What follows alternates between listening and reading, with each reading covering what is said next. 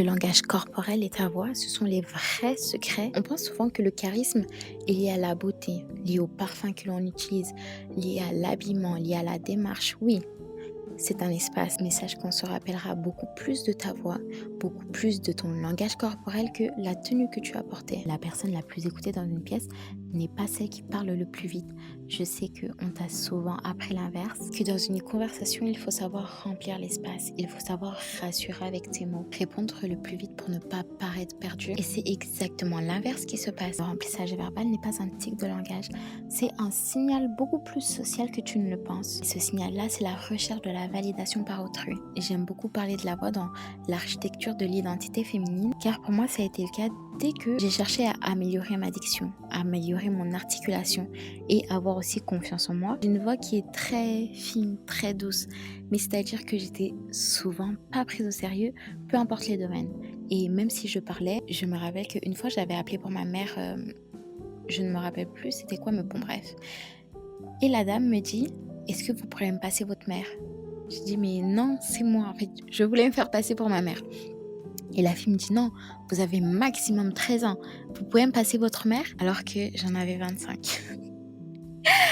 C'est pour dire que malgré que tu aies une voix aiguë, malgré que tu aies une voix grave, l'intention que tu poses dans tes mots, le vocabulaire que tu utilises, les tics de langage, le signal, tout ça, ce sont des choses que les gens perçoivent, comme un rire nerveux en fin de phrase, comme le débit qui s'accélère quand tu commences à stresser, les mots de maladresse que tu vas utiliser parce que tu es gêné. Tout ça, c'est ton système qui demande une permission que personne ne t'a refusée. Personne ne te dira: ne parle pas parce que tu stresses.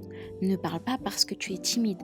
Ne parle pas parce que tu ne sais pas parler. Outre l'articulation et la diction que j'ai améliorée, ça c'est vraiment des exercices à faire. Je t'ai écrit tous les exercices qui m'ont aidé, comment j'ai pu avoir confiance en moi pour la prise de parole, avoir confiance en moi. Tout ça dans un guide et je te mettrai le lien soit en commentaire ou soit dans la biographie de cette vidéo. Mais donc une chose qui m'a énormément desservie, c'est par exemple, je cherchais toujours l'approbation de quelqu'un. C'est-à-dire que je reformulais peut-être une fois, deux fois, trois fois, jusqu'à ce que la personne approuve ce que je viens de dire. La première fois, tu vas dire: ça vous dirait pas d'aller dans un restaurant. La deuxième fois, tu vas dire: vous voulez pas manger. La troisième fois: j'aimerais trop tester ce restaurant, ça vous dit pas d'y aller. Et ça, tu vas le faire à chaque fois jusqu'à ce que quelqu'un approuve. Alors ton remplissage devient un signal. Mais sache que le silence est un signal aussi. Et lui, par contre, va venir t'aider à t'affirmer, va venir t'aider à avoir une présence, va venir t'aider à devenir cette femme charismatique. Car il dit tout l'inverse du remplissage. Le silence, il faut que tu le vois comme un statut. Quand on me surprenait dans la rue à me poser une question, je disais, désolée d'ailleurs, je disais tout et n'importe quoi parce que j'avais l'impression qu'il fallait que je réponde au plus vite pour que la personne ait directement l'information. Alors si on me demandait une rue, si on me demandait même j'ai acheté où mon jean, toutes ces questions-là, sur le fait que je sois surprise, je disais tout et n'importe quoi, des choses qui n'avaient aucun sens. Et après quand je marchais, je me disais mais pourquoi j'ai dit ça? J'ai indiqué quelque chose, c'est même pas la bonne adresse. C'est là que le silence rentre en compte. Le silence, c'est pas quelque chose que tu dois surjouer. C'est pas je suis mystérieuse, donc je suis charismatique, c'est pas du tout ça. Une pause avant que tu répondes n'est jamais vue comme une hésitation. Elle est lue comme de l'autorité. Celui qui a le luxe du temps a le luxe du pouvoir. Est-ce que tu as déjà vu un discours présidentiel ou peu importe, et la personne doit absolument finir dans les délais, absolument finir en 5 minutes ce qu'elle avait à dire. Par exemple, sur ma vidéo, je prends le luxe du temps, je prends le luxe du pouvoir, et ça s'articule là. Je prends le luxe d'articuler, je prends le luxe à avoir une bonne diction, je prends le luxe à réfléchir à mes mots, je prends le luxe de reformuler ma phrase si besoin dans ma tête. Je coupe un peu la vidéo pour qu'elle soit un peu plus dynamique, mais si je devais la faire avec des blancs, je te montre ce que ça donne en général. Avoir le luxe du temps n'est pas une métaphore. C'est un mécanisme de lecture sociale immédiate. Ta cadence, ta diction, ton articulation, savoir quand poser, savoir quand tu dois réfléchir, savoir poser tes silences, c'est toutes des choses que tu dois travailler personnellement car ça ne s'invente pas. Tu ne pourras jamais m'imiter comme je ne pourrai jamais imiter quelqu'un. Peut-être que ça va durer 10 minutes à vouloir prendre le personnage de quelqu'un, mais ça doit être tellement propre à toi pour créer ta propre personnalité, ton propre charisme. Car je sais que tu as déjà répondu trop vite à une question juste pour ne pas laisser de blanc. Et ce blanc-là, Par exemple, quand tu es mal à l'aise ou que tu viens de rencontrer une personne, tu le vois vraiment comme un danger pour dire ok, je suis en date ou ok, je suis à un rendez-vous, j'ai besoin de combler ce blanc. Parce que si je ne le comble pas, peut-être la personne va penser que je n'ai rien à dire, peut-être qu'elle ne va pas me trouver intelligente, peut-être que je sais pas, ça va être malaisant pour nous deux. Alors qu'en réalité, ce danger, c'était ta seule carte de statut. Mais le silence seul ne suffit pas. Il faut avoir une texture dans ta voix, c'est-à-dire la personnalité dont je t'ai parlé avant. Ce que j'ai remarqué, et je pense que tu dois faire l'exercice de savoir ce que les gens disent sur toi. Pas pour te comparer ou pour dire je ne suis pas comme ça, non. Mais beaucoup de gens me disent ah, tu dois chanter super bien parce que tu as une belle voix. Ou alors, j'aime trop ton énergie. Donc, ces deux caractères-là que les gens me dictent entre guillemets et que je retrouve aussi beaucoup sur les réseaux, pourquoi je ne travaillerai pas dessus et pourquoi je ne ferai pas ça de ma force. Avant, j'avais l'impression, enfin non, beaucoup de personnes me disaient t'as une voix d'enfant, ah ta voix elle est trop mignonne. Donc, comment je suis passée d'avoir cette voix mignonne à tu as du charisme quand tu parles. Et ça peut marcher dans les deux sens. Si tu trouves que tu as une voix grave, ce n'est pas le ton de ta voix qui influence sur le charisme, mais c'est plutôt ce que tu en fais. C'est-à-dire que si j'avais eu la voix grave et que je parlais très vite, là, les personnes, je pense, me trouveraient beaucoup plus agressive. Mais si j'avais la voix un peu grave, un peu rauque, et que je parlais très lentement, mon vocabulaire était soigné. Et je ne parle pas de vocabulaire intelligent, non.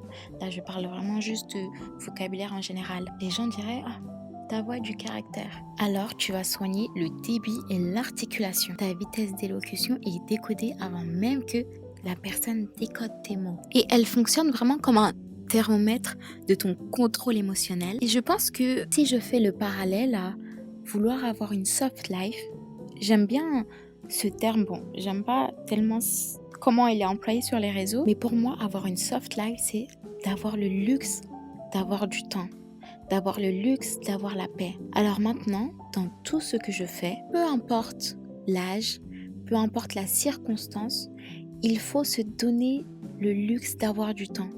C'est pas forcément pour dire, ok, j'ai le luxe de prendre, je ne sais pas, 1 heure ou 2 heures par jour pour me maquiller. Non, pour moi, c'est pas ça. Pour moi, le luxe du temps, c'est dans toute ta journée. C'est pas forcément un moment précisément pour toi, mais par exemple, quand je cuisine, je planifie ma journée pour avoir le luxe du temps de cuisiner, pour pas que ça soit vu comme une sorte de calvaire. Pareil pour le ménage. Je planifie ma journée pour avoir le luxe de faire le ménage. Pourtant, c'est du ménage. Donc pourquoi romantiser le ménage? Mais avoir justement planifié ta journée et avoir ces petits créneaux, ça va te débloquer du temps. Tu ne seras jamais surprise par ce qui va se passer. Et c'est pareil pour ce qui se passe dans ta bouche. Quand tu es surprise, quand tu as un débit qui est trop vite, trop flou, tu envoies tout simplement le signal de je ne suis pas sûre de ce que je suis en train de dire, donc je ne sais pas vraiment si tu dois m'écouter. Mais alors, un débit qui est beaucoup plus articulé, avec une meilleure diction, avec le temps que tu as pris pour dire ta phrase, le signal que tu envoies, c'est je sais ce que je dis, donc je n'ai pas besoin de ton approbation, je n'ai pas besoin de défendre mon idée. Vu comme ça, tu as l'impression que je parle d'autorité, que je suis vraiment dans la confrontation quand je parle, c'est pas du tout ça. Mais c'est-à-dire que ma phrase n'aura jamais le même impact si je prends le temps. Regarde juste ma bouche pendant 30 secondes. Si je prends le temps de parler, si je prends le temps de m'exprimer, je n'aurai jamais le même impact. Pourtant, je ne parle pas lentement, je ne fais pas des pauses là où il n'en faut pas, mais c'est juste comme j'écris le débit de ma voix et que j'ai besoin de ce temps pour pouvoir articuler, je le prends et personne ne te le retirera. C'est pour ça que je te dis qu'il faut énormément travailler sur toi, énormément travailler sur ta voix. Ce n'est pas en regardant des vidéos d'éloquence ou d'élocution que du jour au lendemain tu vas travailler. Non. Moi je pense honnêtement que ça m'a pris bien 3 mois, entre guillemets, à faire ma transition pour apprendre de mes erreurs, pour apprendre à articuler. Et après, j'ai articulé tout le vocabulaire que j'utilise. J'ai supprimé des tics du langage. J'ai supprimé plein de mots que j'utilisais qui n'étaient pas, entre guillemets, dans la DA de la fille que je voulais être. Parce que je vais parler comme je parlais avant. Genre là, si je te dis que je voulais parler autrement, je sais pas si tu m'aurais cru. Parce que, tu vois, j'ai essayé. Ce n'est même pas français, ce que je viens de dire. Mais, juste d'avoir eu le temps de parler. C'est-à-dire que, quand je parle, ce n'était même pas français. C'est même pas français. Tu vois la différence? Je sais pas. Je ne sais pas. C'est pour ça que j'aime bien dire, ce n'est pas une question de vocabulaire. C'est vraiment une question d'articulation et de diction. Je sais pas ce que tu voulais dire. Je ne sais pas ce que tu voulais dire. Pourtant, c'est la même voix. C'est la même personne qui parle. D'avoir eu le temps de m'entraîner seule, d'avoir eu aussi le temps de parler aux inconnus de cette manière-là. C'est un peu difficile quand tu essayes de changer ton langage dans ton milieu habituel, c'est-à-dire avec tes amis, avec ta famille. Tout le monde va dire, mais pourquoi elle parle comme ça? Non. Donc, moi, ce que je te conseille de faire, c'est d'apprendre seul dans ta chambre, d'aller parler aux inconnus pour que ça devienne une habitude. Mais il existe une erreur inverse à tout ça. Et c'est celle-là qui piège le plus de femmes qui ont compris la première partie. Ralentir n'est pas automatiquement un gain de statut. Il y a un point de bascule où le calme devient vraiment une distance froide de l'arrogance. Si maintenant, je prenais mon calme et que je vous parlais comme ça, je suis totalement détachée de la situation. Je suis juste là et je t'écoute. Mais alors, à l'inverse, quand je mets de l'âme, c'est que j'aime beaucoup que les gens suivent mon histoire avec moi, c'est-à-dire que je vais mettre du cœur à l'ouvrage parce que la voix est d'abord de la communication. La voix n'est pas personnelle. La voix, outre ton corps, est ton premier signal de communication avec autrui. C'est-à-dire que si tu as cet aspect très hautaine,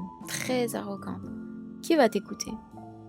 Que tu aies le vocabulaire le plus travaillé, qui va t'écouter? Parce que je le sais, derrière ton écran, tu as sûrement dû vouloir ralentir volontairement ta phrase. Si tu es dans le but d'améliorer ton éloquence et tu t'es sentie fausse. Parce que ralentir la manière dont on parle, ce n'est pas normal. Et ce n'est pas mal ce que tu as fait, mais c'est que la technique seule ne suffit pas. Sans le fond, ça se voit toujours que ta manière de parler est fausse. Il y a un moment où je travaillais mon articulation et ma diction dans mes vidéos. Je ne sais pas si tu l'avais remarqué. Je pense que c'était vers la période de décembre, octobre, novembre, décembre où je postais des vidéos. J'avais fait cette erreur, c'est pour ça que je te parle. C'est que j'avais l'impression que je devais ralentir tous mes mots. Et dans les commentaires, ça se ressentait. Les gens disaient, mais c'est sa vraie manière de parler. Outre, maintenant, plus personne ne me dit ça, mais j'avais pas envie de dire aux gens, écoutez, je parle comme ça car j'essaie d'améliorer mon articulation, j'essaie d'améliorer ma diction. Donc, pendant un moment, mes vidéos seront comme ça. C'est un peu bizarre. Donc, je ne le disais pas, mais beaucoup de gens l'ont remarqué. Parce qu'il y a une frontière très minime entre la maîtrise du surjeu et la maîtrise de la présence de la tension dans ton corps quand tu t'exprimes. Malgré que tu as ralenti ton début à l'oral, tu dois vraiment sentir quand tu parles que ça vient de toi. Pas que tu es en train de contrôler une conversation où tu dois contrôler chaque mot et chaque verbe. Et ce qui nous amène donc à la vraie question, d'où vient ce calme? Ça va peut-être paraître flou, mais tout ce calme vient de la régulation interne. Ton système nerveux guide le début de ta voix, guide ton langage corporel, guide vraiment tout ce qui va ressortir de toi. C'est pour ça que je veux vraiment que tu comprennes, on ne peut pas jouer le calme. En décembre, je n'avais pas trouvé entre guillemets la paix intérieure que j'ai maintenant. Le but, c'est que tu l'atteignes vraiment, que l'on passe de la maîtrise du surjeu à « ok, elle est comme ça ». Je déteste l'esprit mindset, féminine énergie, non, j'aime pas dire ça. J'ai l'impression que ça a été beaucoup déformé, mais c'est vraiment un entraînement psychologique que tu dois effectuer. Avant de vouloir que les gens t'écoutent, que les gens te voient avec charisme. Par exemple, là, je suis en pyjama. Je suis en pyjama, je ne suis pas maquillée, je n'ai rien fait.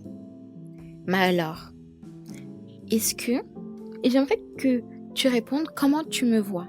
Juste en parlant, juste en m'exprimant. Pourtant, je suis en pyjama. Mais alors, le vrai secret du charisme, tout se passe dans la respiration. Personne ne fait vraiment attention à sa respiration, mais pour moi, c'est vraiment le maître de tout. C'est un ancrage quand je vais venir parler. Et pas une volonté, un besoin de « Ok, là, je dois parler ». Tu vois, rien que le ton, d'avoir pris le temps de respirer.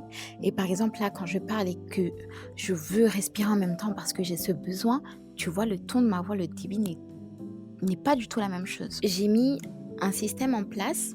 Je ne vais pas dire que je suis une personne qui n'est pas timide. Je ne vais pas dire que je suis une personne qui ne stresse pas. Bon, je stresse pas beaucoup, mais je suis une personne qui est réservée, c'est-à-dire que quand je suis souvent surpris de certaines situations, je commence à stresser. Mais donc maintenant, j'ai mis en place et toi, c'est ma méthode, mais tu dois trouver la tienne pour réguler ton système interne. À chaque fois que quelque chose me stresse, c'est un peu bizarre, mais je vais souvent me répéter une même phrase dans ma tête. Je vais venir peut-être respirer et je ne vais pas faire non. Là, tu es dans la précipitation. C'est comme si quand tu cours, tu as besoin, parce que tu as bientôt un point, tu as besoin de respirer. Mais si tu avais déjà préparé ta respiration en courant, je suis maintenant une athlétique. Mais maintenant, avant même que je commence à courir, j'ai déjà mis ma respiration en place que quand je vais courir, je n'aurai pas de changement de respiration. Avant, j'étais dans la précipitation. Maintenant, je suis beaucoup plus dans ok, je dois me préparer à ce qui va m'arriver. Si je dois passer à l'oral devant je ne sais pas combien de personnes, je ne vais pas dire ok, je vais relire mon texte. Je le relis jusqu'à la dernière seconde. Non, ce que je vais venir faire à la place, c'est que je vais vraiment observer l'ensemble. Je vais trouver un point qui me rassure, par exemple. Je ne sais pas, je ne vais pas te dire de regarder telle ou telle personne, mais par exemple dans la salle, pour ne pas regarder en haut ou en bas ou à droite à gauche, je vais toujours trouver un point qui me rassure et de me dire ok, tu ne vas pas tomber dans les pommes parce que tu stresses. Toute erreur est humaine. Donc peu importe ce que tu dis, tu peux te rectifier. Et à la place, quand je me trompais quand je mélangeais avec mes mots, je me disais toujours ok, là c'est bon, j'ai loupé, j'ai raté. C'est mort. Je suis... Mais maintenant à la place, si je me trompe, car c'est humain, même la personne à qui tu parles, c'est humain de se tromper. Entre guillemets, 2 choses que moi j'utilise, mais à toi de voir si ça te va ou non. Tu as la première, tu avoues tes sentiments. C'est-à-dire que si je suis stressée et que je me suis mélanger les pinceaux, je vais dire toujours un petit sourire pour dédramatiser la situation. Je vais reprendre mes propos. Je ne sais pas pourquoi, je pense peut-être que c'est le stress de l'oral. Tu répètes simplement ta phrase, tu fais une pause pour ta respiration, pour le calme intérieur, mais alors ne reste surtout pas dans quelque chose où tu dois te recroqueviller sur toi-même pour dire c'est bon, c'est la fin, je me suis trompée. J'ai tout échoué. Et ça, pareil, je parle de la prise de parole à l'oral, mais il y a beaucoup de femmes qui stressent pour un date, qui stressent pour une rencontre, qui stressent pour un entretien, qui stressent pour tout. Mais sache que le stress ne sera jamais ton ami. Peu importe ce que tu fais, le stress ne sera jamais ton ami. Donc pourquoi vouloir avoir une relation saine, entre guillemets, avec le stress pour l'accepter dans ta vie, alors que vous ne pourrez jamais être en couple? Tu vois un peu l'amour toxique que tu as avec le stress. Je suis quelqu'un, dès que je disais un mot en plus où j'étais tout le temps stressée, je rougissais, c'est la fin. Là, c'est tout. C'est fini pour moi. Alors que maintenant, tout est dans la régulation interne. J'ai beaucoup plus de paix intérieure, c'est-à-dire que j'anticipe beaucoup plus. Même si quelque chose me surprend, je ne vais plus du tout l'aborder comme je l'abordais avant. Et ça, peu importe dans toutes les situations. Si je ne sais pas, avant par exemple, quand on m'appelait à l'aéroport, je me disais qu'est-ce que j'ai fait encore? Non. Pourquoi craindre quelque chose que tu ne connais même pas encore? Je ne sais pas si tu es croyante, mais si, je ne sais pas, peu importe la religion ou même si tu es athée, ton passé est ton passé. Ton futur, tu ne le connais pas. La seule chose que tu peux maîtriser, c'est ton présent. Si tu es croyante, Dieu a ton futur entre les mains. Toi, tu as ton présent. Donc pourquoi s'inquiéter de ton futur alors que tu ne le connais pas encore? Tu ne connais pas encore les plans de Dieu. Et ça, c'est pareil dans la vie. Je vais passer à l'oral. Pourquoi je suis stressée? Si ça se passe bien, ça se passe bien. Si ça se passe mal, alors je vais tout faire pour que ça se passe bien. Que ce soit de mon côté ou de leur côté. On n'est pas là dans un jugement pour dire ok, je suis punie donc je dois faire mon maximum. Non, on est là dans un échange, dans de la communication. Comment ta communication peut être un frein? Je te pose vraiment la question. J'avais besoin de répondre à cette question quand j'ai voulu améliorer tout ce qui fait partie du langage corporel, de la voix. Pourquoi ton corps, pourquoi ta voix serait un frein à ce qui est en train de se passer? Pourquoi tu te braquerais? Pourquoi tu stresserais? Pourquoi tu vas te mettre dans toutes ces émotions-là alors que tu ne contrôles rien? C'est ça la vraie question. Le vrai travail avant la prise de parole, c'est l'état de ton corps. Et c'est pas pendant ta prise de parole. Est-ce que si ton corps est stressé, c'est normal de stresser. Mais est-ce que si ton corps est stressé, tu vas dire, ok, purée, c'est bon, c'est fini. Là, je suis stressée. Je ne pourrai pas changer d'état d'esprit. Mais alors, quand je suis stressée, la seule chose qui me déstresse, c'est de prendre du recul. Je respire, je prends mon temps. Rien ne va se passer. Rien de mal va se passer. Et c'est toutes les choses-là, accumulées, qui vont te faire monter en stress. C'est-à-dire que tu vas commencer à parler, c'est-à-dire que tu vas être pessimiste. Tu vas commencer à parler mal de toi. Tu vas commencer à avoir toutes les idées négatives et tu penses que à l'oral, on va dire oh waouh, quelle éloquence ou j'ai beaucoup aimé l'entendre, j'ai beaucoup aimé l'écouter, j'ai beaucoup aimé parler avec elle. Pourquoi? Et si tu regardes toutes ces femmes que tu admires, si tu regardes toutes les caractéristiques des femmes que tu admires, est-ce que quand elles marchent, elles sont pressées? Est-ce que quand elles parlent, par exemple, si là maintenant je parlais, que je bougeais comme ça, est-ce que tu me regarderais si je parlais comme ça? Tu vois ce que je veux dire? C'est que tout est dans la paix interne. Et je pense que si je devrais faire une vidéo sur ça, mais il faut que tu trouves ta paix intérieure. Il faut que tu fasses des activités qui vont te calmer. Par exemple, juste là, le soir, au lieu de scroller, j'ai commencé à dessiner. Je me suis d'ailleurs acheté des feutres. Mais j'ai commencé à dessiner pour ne pas consommer du contenu, pour ne pas faire du dumb scrolling. Le matin, quand je me réveille, je ne prends pas mon téléphone. Si je dois me réveiller plus tôt pour avoir du temps pour moi, je le fais. Avoir la paix intérieure, c'est d'abord faire des sacrifices. Tu n'auras jamais rien si tu ne fais aucun sacrifice. Si je dois me lever à 7 heures alors que peut-être je commence ma journée à 10 heures, c'est parce que moi j'aime beaucoup chill. C'est-à-dire que je vais vouloir toujours me réveiller avant pour ne pas être pressée d'être chill entre guillemets. Je vais me réveiller avant, même si je perds du temps dans ce que je fais. Par exemple, je ne sais pas si je dois aller me doucher et que, je sais pas, j'ai envie de lire, je lis. Parce que justement, j'ai prévu ce temps-là. Tu as plein de choses à faire, tu as plein de mécanismes à mettre en place pour ta paix intérieure. Mais ça, tu ne le trouveras pas. C'est pour ça que je ne sais pas si je ferai une vidéo là-dessus. Parce que tellement quelque chose de personnel, tu dois essayer plein de choses pour trouver la tienne. Tu ne pourras jamais copier la routine d'une fille qui se lève à 5 heures alors que, je ne sais pas, mais j'ai essayé de copier les routines des filles, des matcha girls, des boss lady, de ça, de ça, de ça, de ça. Mais la seule que j'ai pu continuer et avoir de la discipline, c'est la mienne. C'est-à-dire que c'est bien de s'inspirer, d'essayer, mais il faut que tu crées la tienne. Ce n'est pas parce que Kylie Jenner mange des cranberries, je ne sais pas combien de fois par jour, que tu auras son corps. C'est pour ça que je dis c'est tellement personnel. Donc je pourrais te faire une vidéo pour parler de ça, mais c'est un travail que tu dois faire. J'essaie en ce moment le journaling. Après, je ne vais pas dire que je le fais tous les jours. Je ne sais pas si c'est adapté pour moi, mais je le fais pour essayer. Ce n'est pas celle qui parle le plus que l'on retient dans une pièce. C'est celle qui n'a jamais eu le besoin de se dépêcher pour que l'on écoute. Ce calibrage, ça s'entraîne. Le protocole de régulation avant chaque prise de parole, et ce n'est pas du cinéma. Crois-moi. Mais tout ça est dans mon guide, Parler avec élégance stratégique. Je te mettrai le lien dans ma bio. De toute façon, tu peux le retrouver sur tous mes profils. J'ai toujours mis le lien. Et alors, si tu as besoin de beaucoup plus et que tu aimerais que l'on discute, tu peux également voir sur cette page, j'ai tout mis. Abonne-toi, like, commente. C'est vraiment une safe place. Je fais 2 vidéos par semaine, jeudi et dimanche. Donc, on se retrouve à dimanche. Ciao!